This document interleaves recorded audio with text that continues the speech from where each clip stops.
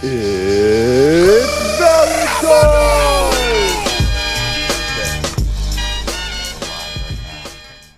What's up, Mr. Michael Tate? How's it going, man? Doing amazing, brother. Dude, amazing. it is a pleasure to have you here. We got probably the best podcast setup that I've had, only for the best himself. Even rocking the Jordan 3s. Got to break them out for the special occasions for sure. Yeah. Well, yeah, we're the leaders of the Perseverance office right here, and I have a ton of questions for Michael, and he's actually going to ask me some questions as well. So we'll get right to it. First of all, though, what is it that got you interested in sales and doing this job? Obviously, there's the one everyone's going to say, right? Money, of course. Really, though, it's experience and skills is kind of what I was really looking for. And it was an environment around a bunch of like-minded individuals that do nothing but kind of push themselves every day. And, geez, like that's kind of the environment you want to be in as a young guy that has big goals and big aspirations, I feel like. Yeah. When I first met you, you were working as a waiter, or you had like 3 different jobs or something. Yeah. Like, what were you? So the way that we met, I was at the time I was at Tallahassee Community College. You were going to school there, and I was just shoulder tapping, and I just handed this guy a flyer. I was like, "Yo, you should come work with me this summer." And then, he's like really interested. I don't know, from your perspective, how did that interaction go down? Like, what was it like for you? It was different. It was very different. I've Okay. never actually experienced that before. Like someone kind of coming up, pitching a job, nothing like that. Okay. And to go back a little bit, I was working 3 jobs at the time. I was a host at a little restaurant, little chicken spot, Okay. and then What was the name of the chicken spot? Chicago Chicken and Grill. Was it gas? It was mid. It was very mid. Say it ain't so. Some of you guys will know Jordan. Jordan was working there with me as well. Okay. Then at the other time, I was hosting cashier at a place called Farm Stores. So just talking to a bunch of people every day. And then the third thing I was doing was helping people. I'd help them move in and out of their house, storage, Yeah. moving all their stuff, like kind of from in the apartment into the freaking U-Hauls, take it to the next house, unload it. So just 3 jobs, trying to work my tail off. And going to college at the same time. Yeah. That's crazy. And then I met you. And then you met me. Okay. Why did you? What was it? Why did you come out? Why did you decide to do this job? It would only get harder to do it. I have the lowest amount of expenses. I have almost nothing to lose at this point besides maybe people make fun of me or look at me weird. And I figured, what do I have to lose to at least try it? Upside potential. Let's see. That's awesome. I like that. Got to risk it for the biscuit, man. Okay. In our generation, there is a big pull towards the self-help space. Maybe it's the availability of it. Maybe it's just the time that we're living in. We want to get away from the system of, the traditional go to college, get a job, blah, blah, blah, working 9 to 5. The opportunity is kind of there. What do you think that is so special about self-help space in our generation? It's amazing. Debatably even saved me, kind of. I grew up very, very poor. I mean, middle class, kind of had all the basics, always kind of just got by just enough. And then within looking into that kind of stuff and self-help, YouTube, man, it sounds crazy, but there's so much stuff you can learn from just something as simple as YouTube. YouTube University. Literally. I've learned so much on sales, personal development, everything. It's crazy. Interesting. Who are some of your favorite guys to watch on YouTube? Who are some of the gurus for you? The gurus. My favorite right now is probably Alex Ramosi. Okay. Word of mouth, awesome. He's awesome. Yeah. And then Jordan Belfort's really good too. Jeremy Minor, especially for tonality and with sales and whatnot. Yeah. Those are probably my big 3. Okay. Yeah. Jordan Belfort, Jeremy Minor, Alex Ramosi. I've definitely read a lot from Jordan Belfort, seen Wolf of Wall Street. I bought his sales course, super worth it. I think investing into yourself, is just super important. yeah, Jeremy Minor. I wasn't familiar with Jeremy Minor until you brought him up to me. But you preach him a lot. Why? Mm-hmm. He has a very convincing background. Mm-hmm. He's came through door to doors. He sold all types of stuff, past security, done kind of all this, and he was going to college at the time for, if I'm not mistaken, psychology and sociology. Mm-hmm. And he was getting scripts, and he was being told like, "Hey, do it like this, say it like this. This is how it works." Mm-hmm. And then he was also seeing that the evidence in his classes were actually contradicting what people were telling him to do, what his managers were saying to say. Mm-hmm. And so he's like, well, let me kind of try what I know humans work and react to. Mm-hmm. And then once he started doing that, well, now I'm sure he trains those guys that were training him. Yeah, no, facts. There's so much with sales and psychology, and you're kind of one of the, you're probably, I say this to all the guys, anybody who hasn't met Michael, like, meet Michael, dude. He's the best, he's probably the best trainer for sales and psychology in the entire world. Like, or at least that I've met, I've had the pleasure of doing business with. I mean that, like, your diligence and your enthusiasm when you're training reps on the door, like, you don't shy away from those opportunities to teach somebody something. Mm-hmm. And you really are a lifelong learner. What is your arc? Like, what point are you at on your arc right now, and where do you see yourself going? You can just tell us. I think I'm just scratching the surface. Okay. Just the beginning. So much room and error within myself that I know I can even work on. Big, immediate things, tons of small things, and the goals are definitely big. So just piece by piece, stepping stone by stepping stone. Hopefully we can look back at this and be like, oh, geesh.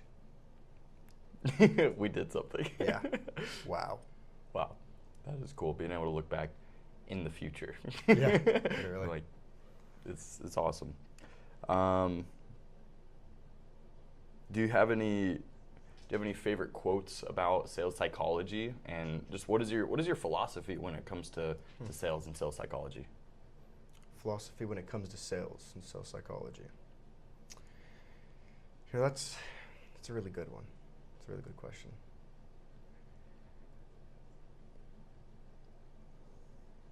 Just keep going. It's very, very hard. I believe this is an Alex Ramosi quote. Okay. It's very, very hard to not get good at something you do more than anybody else. Mm-hmm. And so as soon as you've done something for 6 months, a year, like, you are better statistically than 90% of human beings that could ever do this. Mm-hmm. It's like, not everyone's learning this all day. Mm-hmm. It doesn't matter what you did, dude. If my job was to flick a quarter into a corner, if I did that all day, I would be extremely good. It would be so hard not to do that perfectly every time after that. Yeah. And so it's just like, dude, just keep going, keep learning, be a lifelong learner. Mm-hmm. And if you don't give up and you keep learning, you're going to win eventually. Yeah. Facts. Cool. You gave a training in our office, in our meeting, probably two days ago. I don't know. Most in-depth, amazing thing. You broke down the pitch, you sent it to us, and you had tonalities matched up to every single thing. Do us all the favor, or at least do me the favor, of going through it one more time, just so that I can hear why things are being said, how they're being said, and why that all matters, okay? Yeah, could do that. And this was kind of just a little warning. This pitch and everything that I broke down was something that I did fairly quickly. So it's not like the best script in the world. They're like, oh my gosh, drop everything and just do this. But for sure. It was pretty good. I'd say drop everything and do it. Well, to start off, do you want to do kind of like a role play? Sure, yeah. Like that might even be a little bit better. Yeah. All right. Give you a knock. Can't knock on anything. Knock, knock, knock, dude. Hello? It's Mr. McKeithen, right? Yeah. Awesome.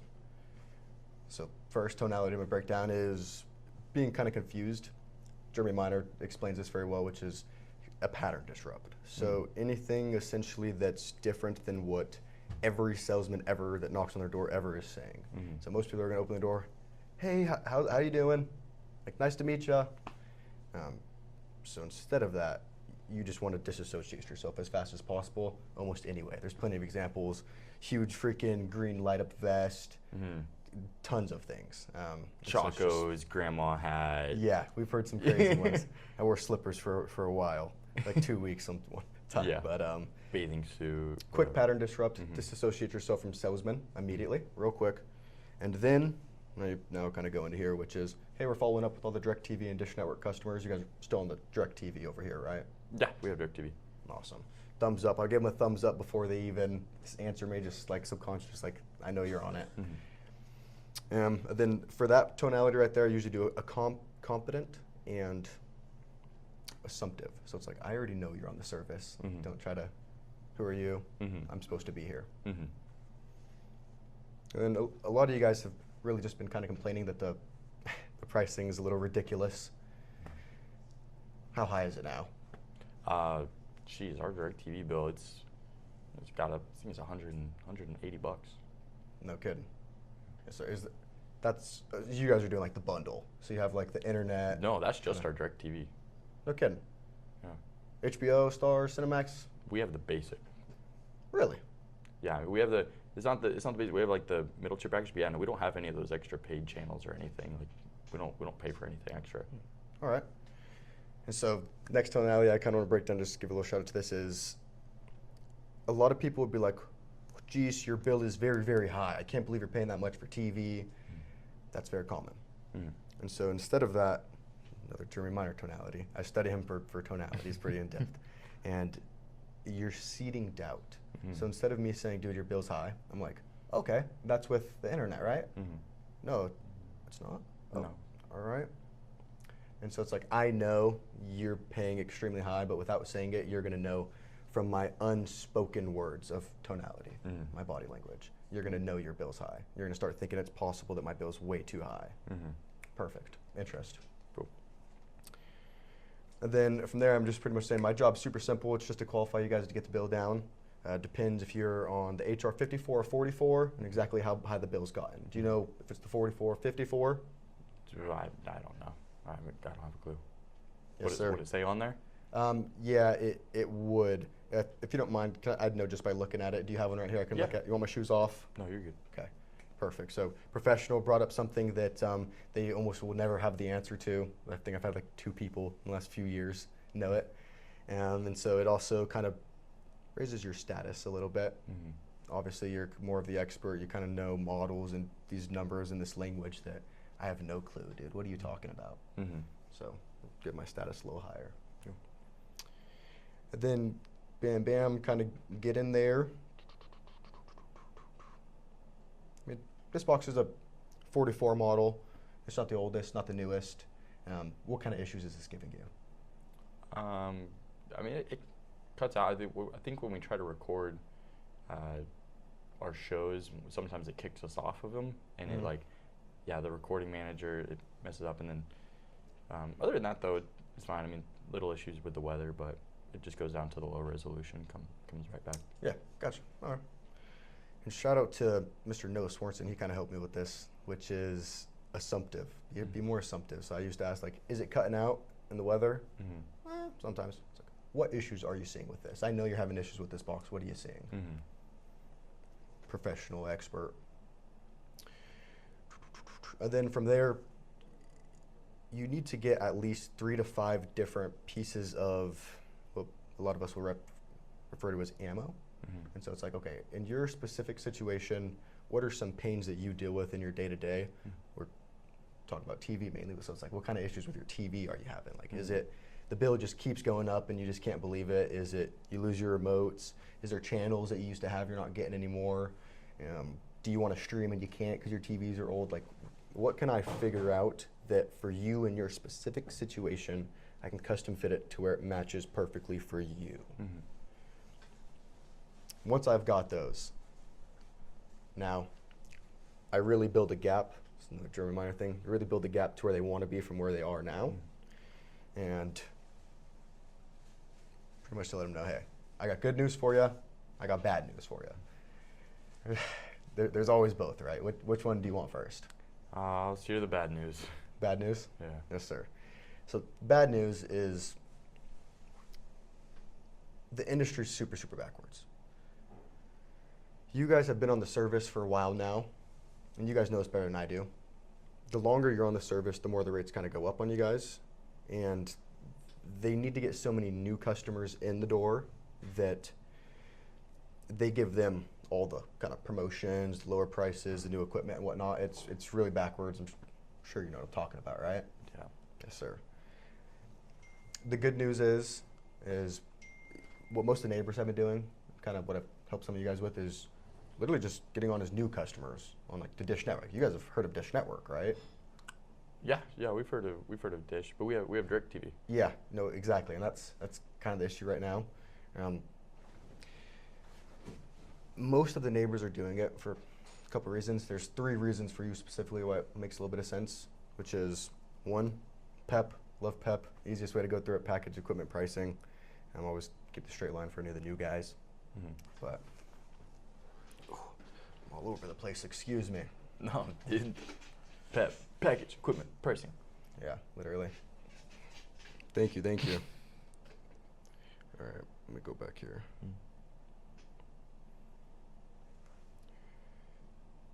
Explain to them why their situation isn't kind of the best. Yeah. Explain to them why it's going to get worse. Give them the solution to not have to feel that pain and that future pain they're going to feel.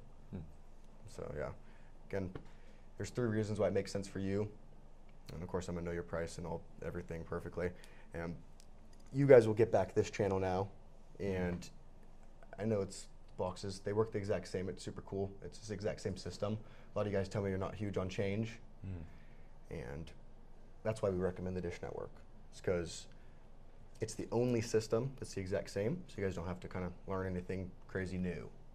But it adds in those couple channels for you, whatever insert specific benefit I was able to find for them. Get you guys the new equipment, and right now you guys actually don't have to pay a single cent for it, one of the new customer promotions. And so you don't have to pay anything for the equipment. Get you guys back the channel, and then XXX. And then instead of the 180, I'll still be able to get you guys down to the 146. That'd be after all the taxes, fees, and everything. Does that sound a little bit better? Yeah, I think we need to think about it. Think about it? Yeah. Okay. Gotcha. Do you want me to like leave my number for you? Yeah, if you could leave your number, we'll definitely give you guys a Awesome. call. Okay. I'm just now usually here, I'm going to start writing down my phone number, my name, and just a reminder, this is to, obviously I'm not going to leave, but I'm going to let them think I'm going to leave. And so I'm going to say, awesome, I'm going to write down my number for you guys, bam, bam. I'm going to write down the couple benefits, this specific situation benefits. I'm going to say, just so I know when you guys call me back, like, what are you kind of most scared of with it? Well, I guess we just want to make sure like that our price doesn't go up, and we don't really know like is there a cancellation fee with what we have right now, and so we I just want to make sure that there's not a cancellation fee and that this price like isn't going to go up on us. Right. Okay. Yeah, that makes perfect sense. Well, just to give you a little bit peace of mind, on the bill right here, it has to say if you have a cancellation fee. You don't. So you don't have to pay anything to get out of it. Again, you don't have to pay anything for the new equipment or nothing like that. Oh, dang it, dude. What was the other thing you said? What was the other objection? Cancellation. Cancellation. That was it? Oh. Well, that's... Cancellation fee and bill won't go up on us. Okay, sorry. And then, I mean, for the pricing, that's probably the best part is the bill going up. Everyone tells me they're just tired of the freaking bills constantly going up higher and higher. A lot of people are like, yeah, join on now, and 2 months later the bill's higher. This is price locked for you guys for at least the next 2 years minimum. So it cannot go up a single penny on you. You guys are good to go. And be like, I actually have one of the last free installations left tomorrow morning between 8 to 12 because I have a technician down the road. Is there any chance you'd be here tomorrow morning? Yeah, I still just think we need a little bit of time. Yeah, gotcha. Okay. this is a cheeky line. This is from Alex Ramosi. So now I'm going to hand you the paper that I wrote down my number and everything, and it's going to give you your benefits, my name, my number. I'm handing this to you, and then Alex Ramosi quote. I don't know who you got it from, but most of you guys kind of tell me when you need to think about it. It's because you're assuming you're going to get some more information, but decisions aren't made with like time. Obviously, you're assuming you're going to get more information. I'm the best source of information that you could have on this. I literally know more about this thing than the computer does. Just so I know, what are a couple of the factors like you're trying to run through your head? Like, what's holding you back still? I guess nothing. We just want to make sure that, you know, our current provider is not going to give us any issues. And then, you know, we like our channels. We just really we don't want to lose any of our channels. Like, we're kind of afraid of change. We've had this for so long. It works good. You know, saving money sounds nice, but, you know, you can call in DirecTV, see if they can give us a better deal. Yeah, okay. That kind of makes sense. And so are you just kind of looking for the cheapest price? No, not the cheapest. Like, yeah, we definitely want good service. Good service. Gotcha. Okay. Well, that completely makes sense. And I mean, technically, you probably could kind of call in and maybe yell, beg a little bit, and get the bill down a little bit. But that is a short-term solution for a long-term problem. Dish Network would be a long-term problem. Excuse me. Would be a long-term solution for a long-term problem.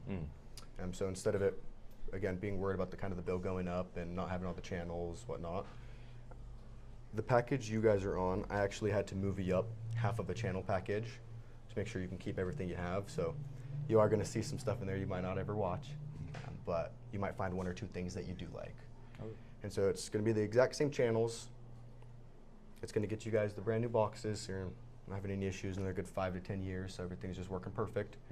Everything's covered on that, and then get you the same equipment, and that way it kind of works the exact same, so you guys don't have to learn anything new. Is he going to have to drill new holes or wires in the house or anything? So what he'll kind of do is they run all the same wires as long as yours are taken care of and they're still good. But he'll go around with a little magic wand and he'll say, hey, I can move it over here, keep it here, do this for you. A lot of people like to hide them somewhere, so if you want to hide them, kind of let him know where you want to put it. Okay. But yeah, pretty simple. It's not a whole day process.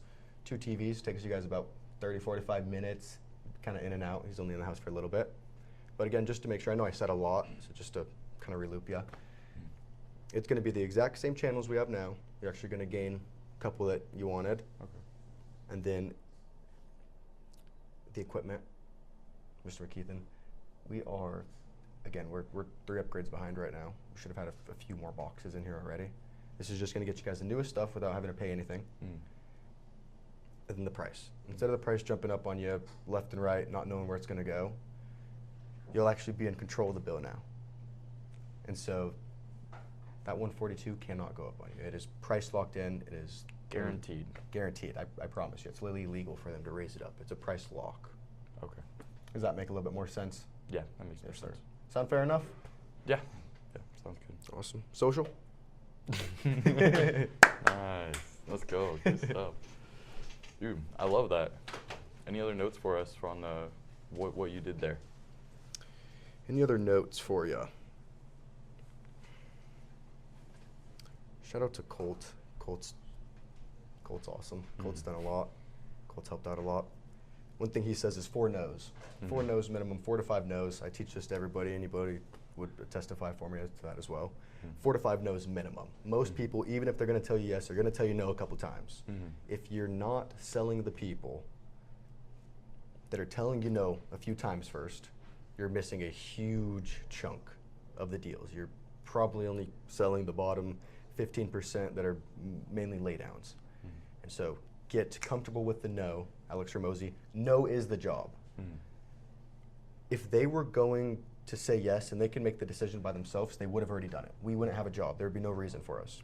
No is the job. How do I take your no and turn it into a yes? Yeah, I like that. No is like it's an opportunity for the customer to gain more confidence in his choice, to learn more information about it, and to help them feel comfortable with us as we go through it. That was awesome. Very cool. Did I have any other questions on there for you? For me, go ahead and take a look. Yes. Last one for you, and then I'll let you, or have you start asking me some questions. But I want to talk about value. What is value? Why is it important in sales? It's not just about price, but it's about value. And then why is it important to what you're able to bring to an organization as well?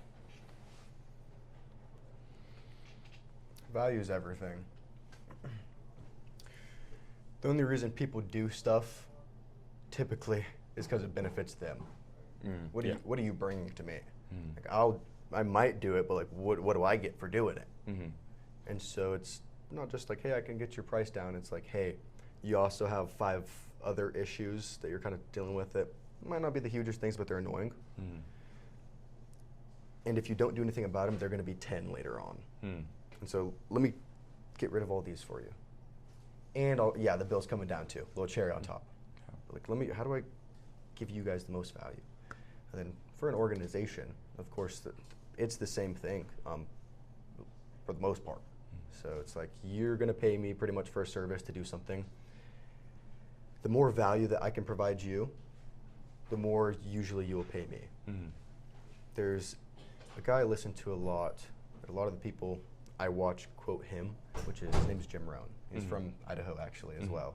And he teaches that you get paid not for your time, but for the value you provide to the marketplace. In direct correlation. So it's not like, hey, I want to do crazy big things, I'm going to get paid a lot or nothing. Or like, dude, I work my tail off every day, I work super hard. Most people work hard. How do I provide you so much value? We were talking about this earlier.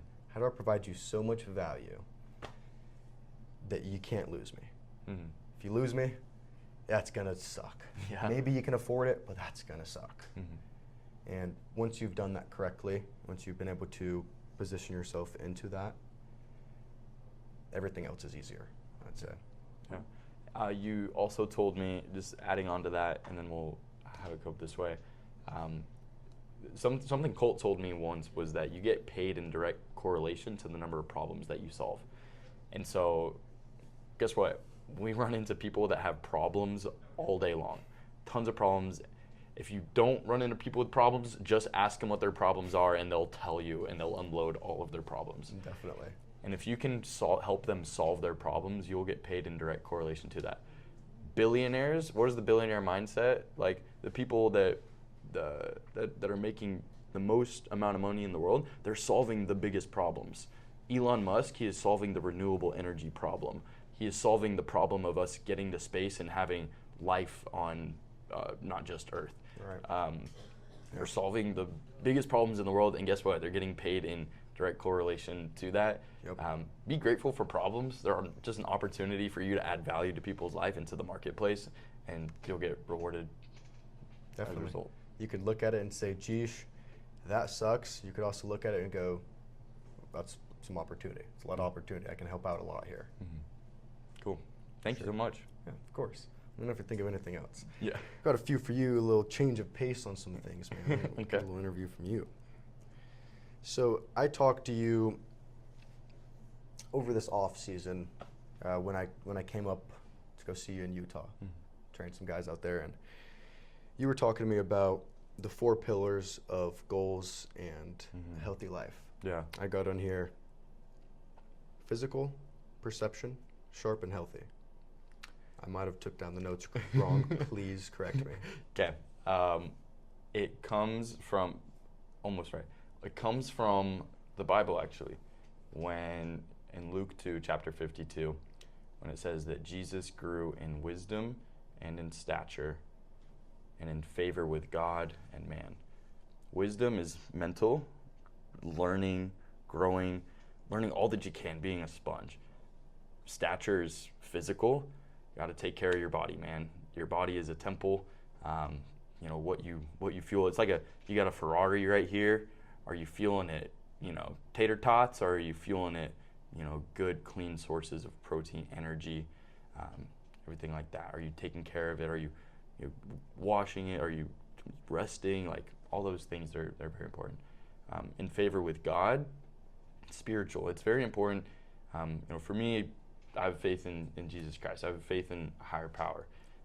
If it's not a faith in or a relationship with God, then it's a mindfulness. It's a peace and a calmness with the universe and with the environment around you. And in favor with man, that's your relationships. That's social. Are you taking care of the people that are close to you, that you love, your family, your friends? Are you doing good to them?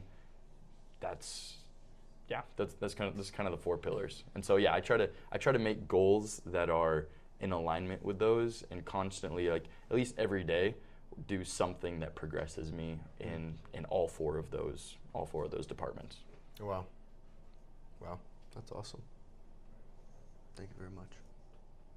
Thank you very much. Okay. Bad jokes are. Guy asking for water. Shout out to Aiden, dude. Good dog. How did you end up building special ops? How did you end up with a team that freaking big? I didn't ask for permission to build special ops. I didn't ask, basically how it all started is I was in high school, and growing up, my dad, super hard worker, hardest worker that I know, but he was always working, but never got any of his time back. Meanwhile, my uncle Colt, my dad's brother, he seemed like he never worked, but he had plenty of money and he had all the time in the world. And I was like, what the heck?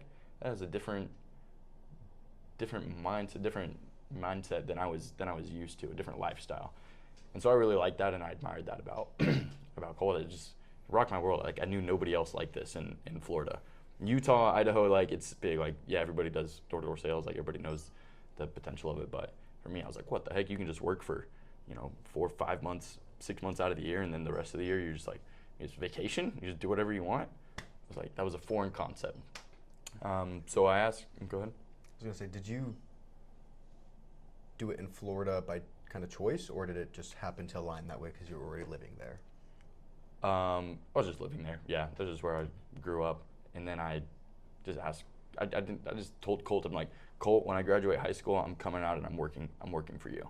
Like, I'm coming out and I'm working with you. Like, you're going to teach me, like, I don't even care if it's you, but like, I'm coming out, I'm doing door to door. And he's like, oh geez, like, he was retired, he was sitting comfortable at this time. He was like 5 years, just like, he had the life, like, he was doing nothing. And then he has this little twerp nephew, like, you want me to teach you this thing? Like, I'm retired, dude. Like, but no, he did. And I love him, I appreciate him for it.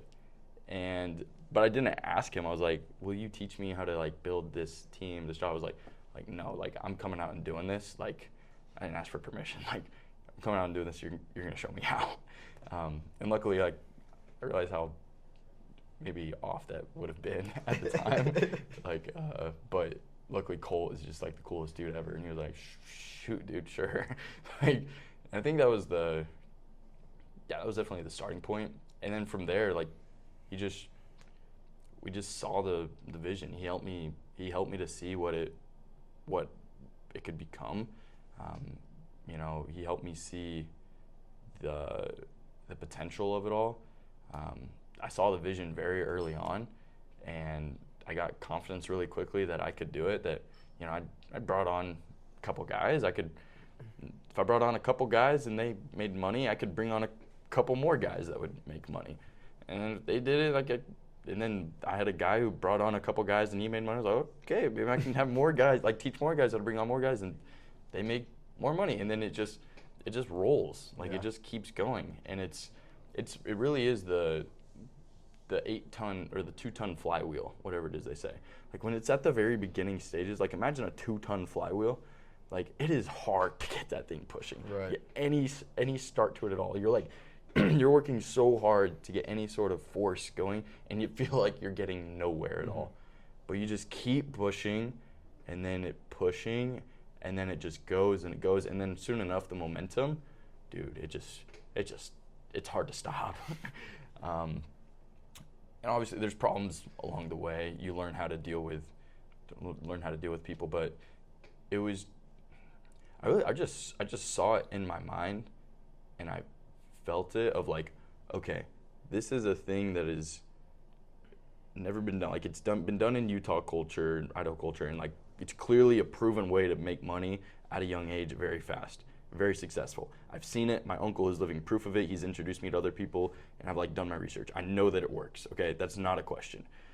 Everybody watching this should know that it works because it is all out there on the internet. You have living proof of it right here.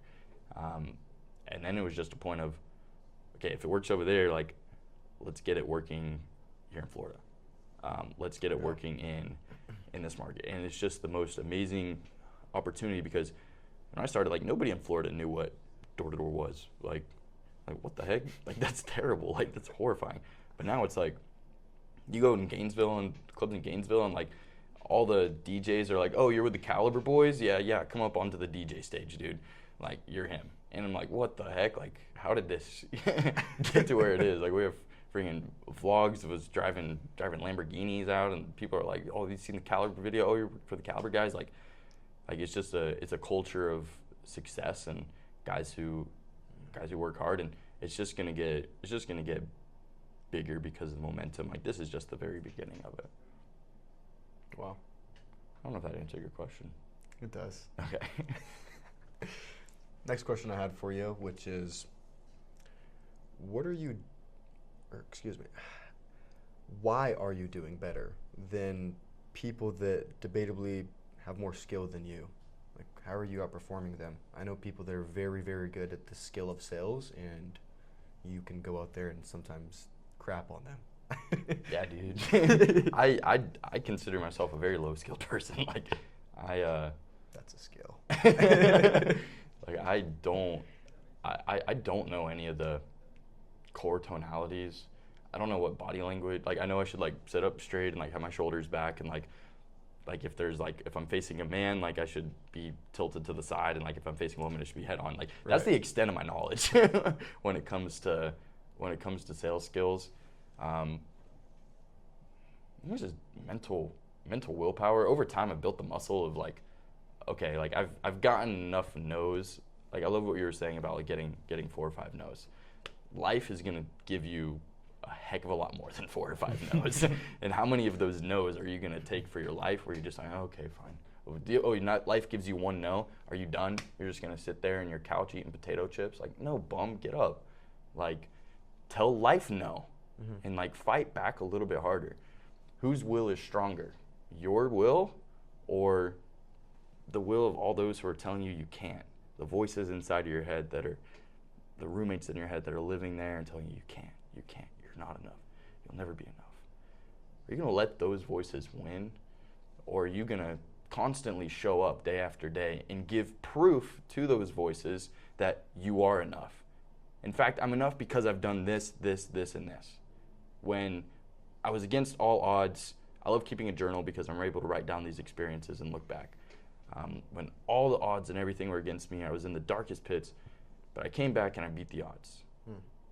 And at the beginning, I thought it was just because of stuff that I was doing. Now I'm a little bit older, a little bit wiser. I will continue to get older and wiser. I know that it wasn't me, but that it was God leading me every step of the way as well. That He was fighting those battles with me, and He paved the way, even when I couldn't do it by myself. So it's just pure determination. A lot of guys say, Jeremy Minor sales is, tonality and body language. It's all about that. I've had it described to me by people who are extremely powerful in the world of persuasion and influence. That particularly one, Adam Shan, CEO of Alder, who goes out and crushes 240 alarm deals in a week, like it's nothing, and like that's insane. Yeah. Like, how is that for willpower? you wake up, and then after, I've heard this too, like after the week of him going out, he wakes up at 5 a.m. and he goes until, 11 p.m. at night. Like, he gets 4 hours of sleep, but he does it every single day for 6 days, gets 180 to 240 sales, and then he's sick with the flu for the next week because he's just like, his body just collapses, it gives up on him. And I heard that, I was like, holy crap, am I doing that? Like, probably not enough to the extent, but like the fact that somebody's capable of doing it. Why can he do it, but I can't? Like, I'm gonna get to that point, just over time.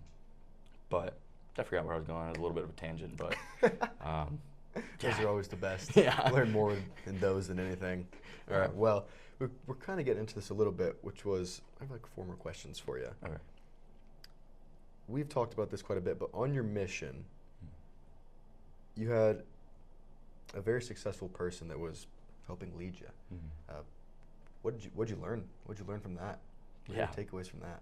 Complete 180 from the industry and all the leadership, sales skills, things that I had learned up until that point. Because I've been learning from guys like Jocko Willink and reading his books. Highly recommend them. Extreme Ownership, Leadership Tactics and Strategies, super great books. Guys like Jim Rohn, Napoleon Hill, Alex Ramosi, just all the gurus, like they're amazing. Guys in door-to-door space, Colt, Adam Shands, just like these like raw Tony Robbins, who I'm just like gets up there and lights up arenas. And then I meet my mission president. I served my mission in Armenia, and my mission president, when I got my mission call, I found out that I was going to Armenia and that my mission president was going to be David Sterling. I was like, who the heck is David Sterling? So I look him up, and he's the CEO and founder of a $1 billion company out of Utah, doTERRA, which is the largest essential oils and really like multi-level marketing, network marketing company in the world. And I was like, holy crap, how did God know me well enough to know that I needed to learn from this person, like a billionaire guy who's like done it all, has an MBA, like international company doing billions in revenue. Insane. And I was like, okay, this guy's gonna be freaking hyped up, like we're gonna get along so well. Like, I come from sales world, he's in the sales world, like we're just gonna get along and we're gonna freaking go out there and crush it. And I meet him, and he is the most normal, plain, I don't want to say boring, bland dude in the entire world. He loves sitting on his computer and just like, I'm like, I'm ready to freaking go. And he's just like, well, Elder Valentine, how are you doing? How is your testimony? And I'm like, no, let's talk about like, how can we baptize nations? Like, okay, we have all these people right here. What is the strategy? How do we go out? And like, what are the things that are like their hot buttons? Like, what pains are they feeling with their current religion that we're able to provide with like this new solution? And he's like, well, I think it's important that above all, we follow Jesus and we have the Spirit with us. What are you doing to bring the Spirit more into your life? And I'm like, what the heck? So different from the previous world that I'd come to. When I say 180, like maybe full 360 and another 180. Just levels to it, huh? Yeah. But he is he is the greatest leader that I've met a lot of great leaders. I can't compare, say, any leader I've met. Jesus is the best leader, but he is a perfect, amazing example of a Christ-like leader. And he leads with humility. He leads with patience, with love, with vision, not ready to act or jump on anything, but he's listening to you with 100%, but he's also listening to that voice that's in his mind 100%, to the Holy Spirit, what God is trying to tell him. And so it's like he's got 1 year like for each, but like really 2 years, like I don't even know. It's the weirdest thing.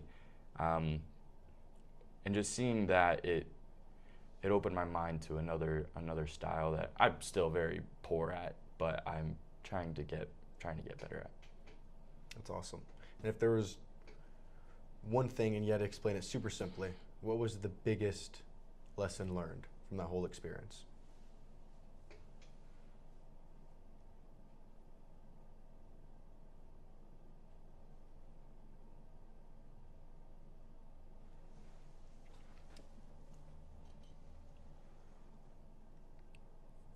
I tried spending a lot of time focusing on.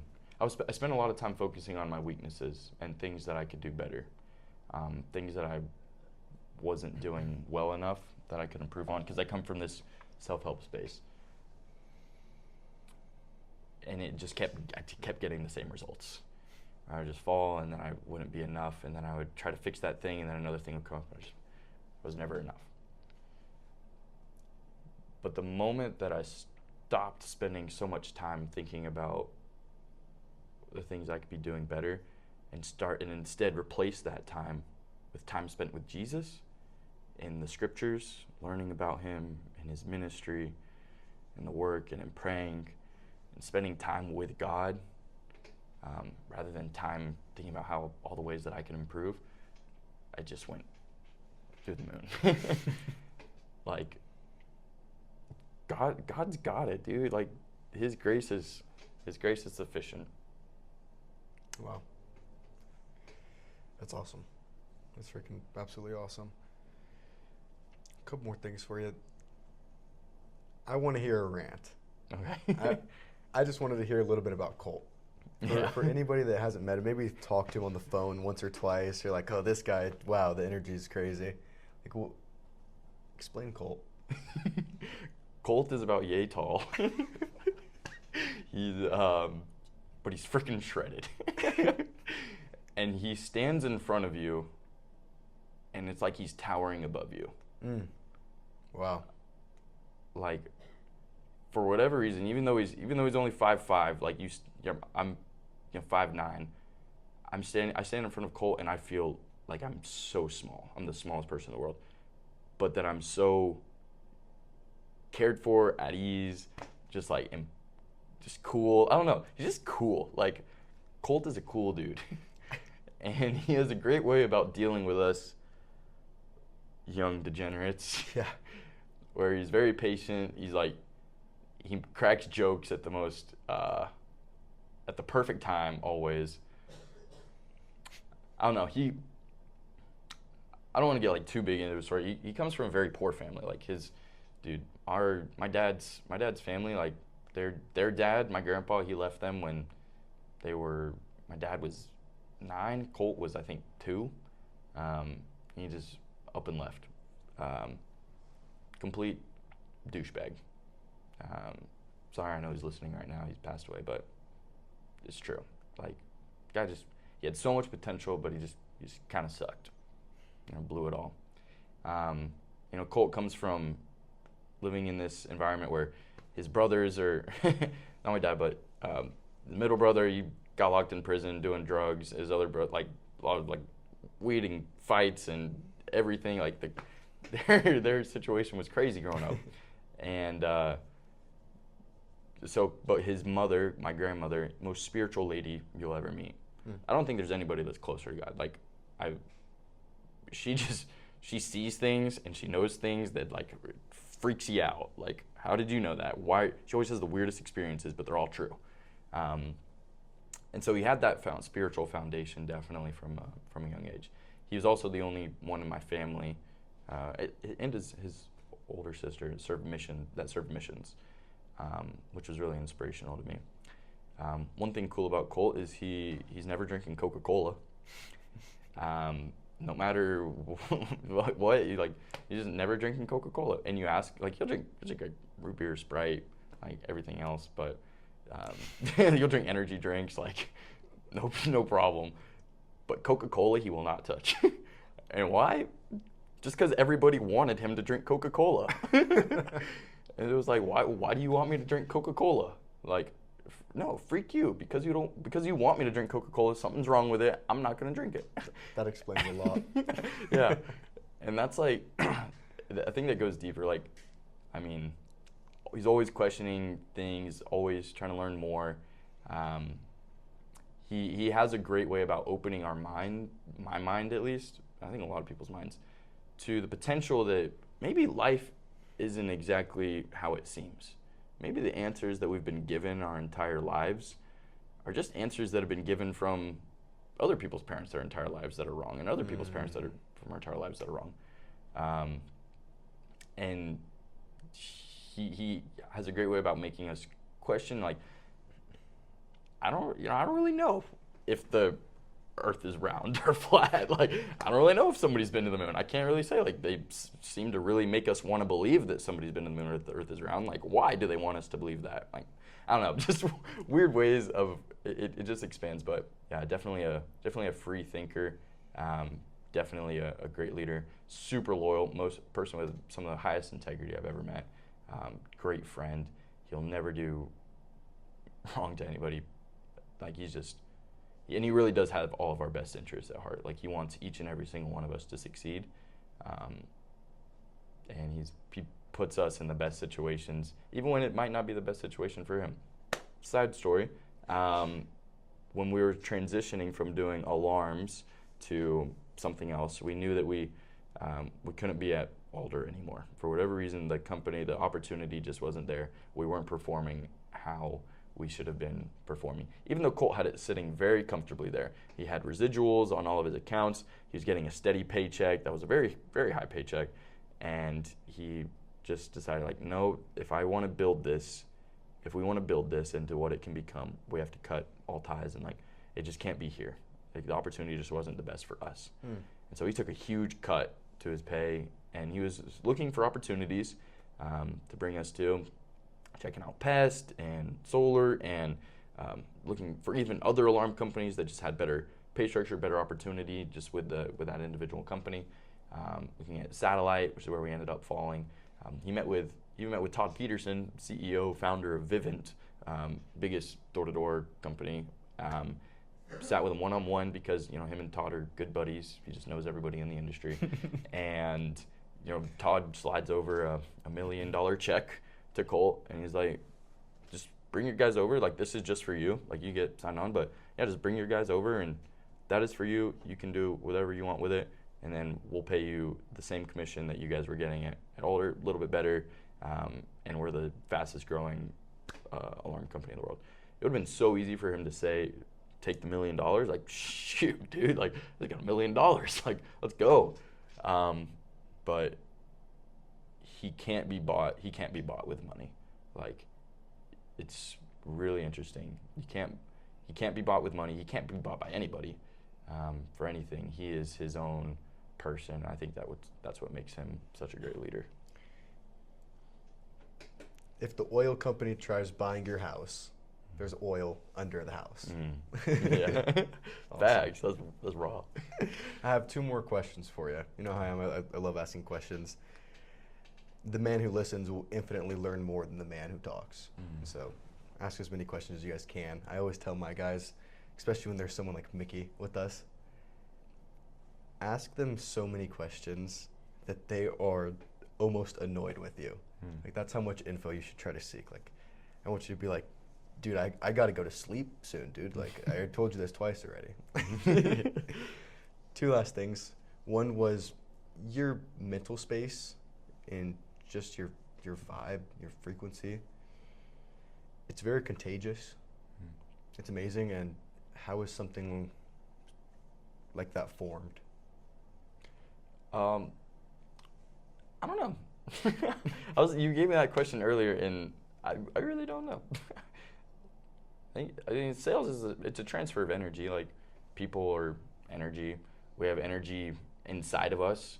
There's energy inside this chair that we're sitting on, or inside these clothes. Like, everything is, when you break it down to the molecular level, like atoms. You ever seen those diagrams that they show you in science class, where it's like, okay, air is like free-flowing atoms, and it's woo-woo. And then water is also free-flowing, but it's just in a container, and it has energy. And then a solid, it is like combined and it's compact, but it's still shaking, and it has energy. That's like super cool, dude. Like, yeah. Everything has energy, and if everything has energy, then everything, it's kind of like a frequency. You can get onto that frequency, and you can interact with change the environment around you.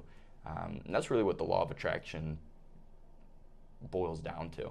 Like, what you think about is what you attract. A crackhead is always going to find crack. No matter what, he will find crack because that is what his mind is on. What are you tuned into? What are you always thinking about? Are you always thinking about chasing girls? Are you always thinking about, smoking the next joint? Are you always thinking about, whatever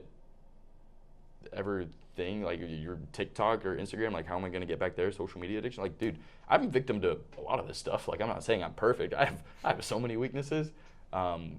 But just building the mental muscle over time, like, what is it that you're thinking about? Are you thinking about your goals, your vision, the future? Are you thinking about how you're going to walk this customer through the next sale? How you're going to get in, how you just showed up to the house and you're going to get into that door? Are you thinking about how can I help my fellow teammate in my office have a great day today, or to have a great week, or help him get clear on his goals? Like, if you're thinking about that stuff, that's just what you'll attract.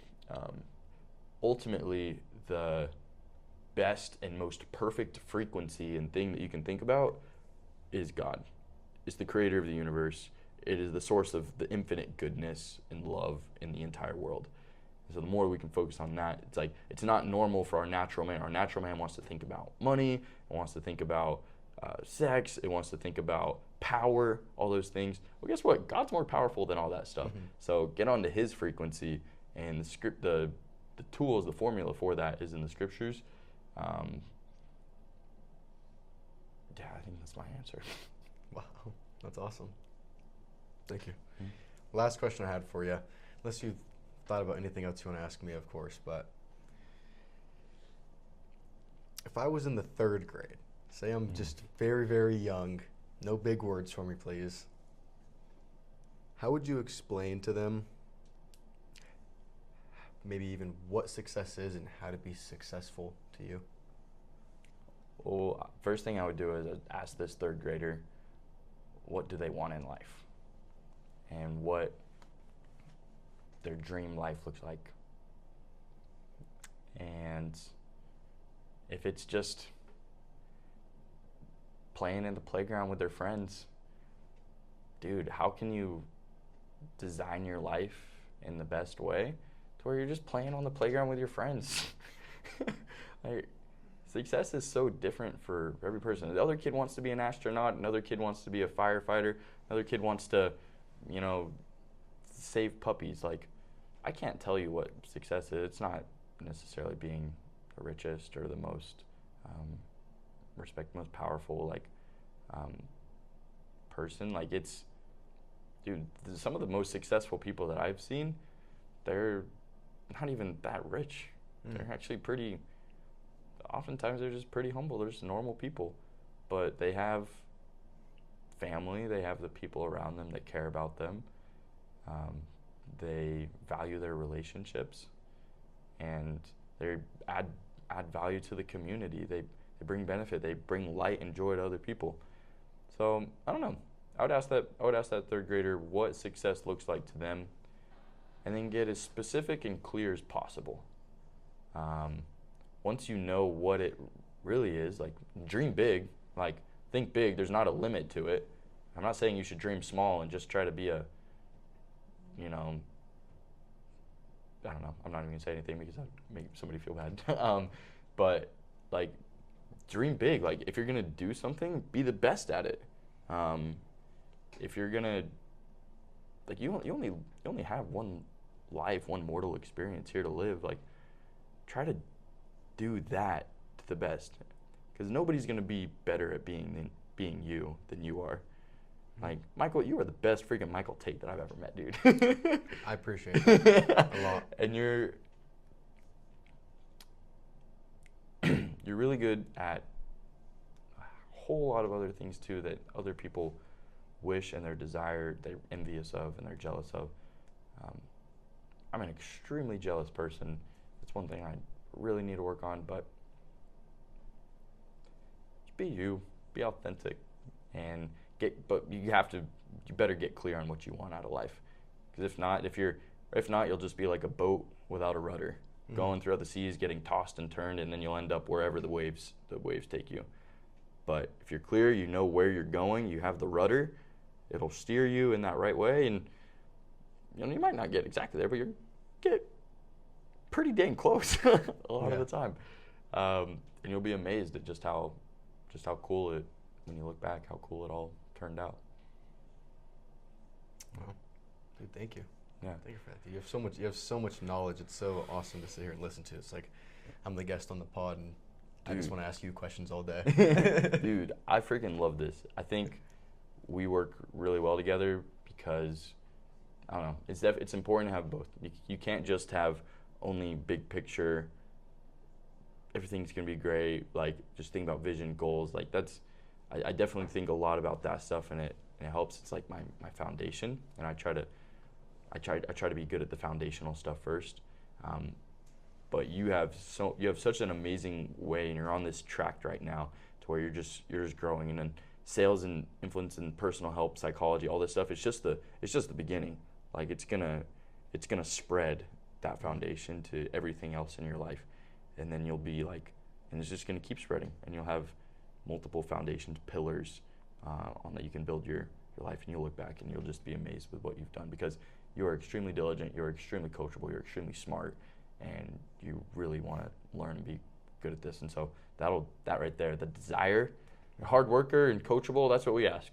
Just have a desire, but yeah, you can do awesome, dude. Thank you.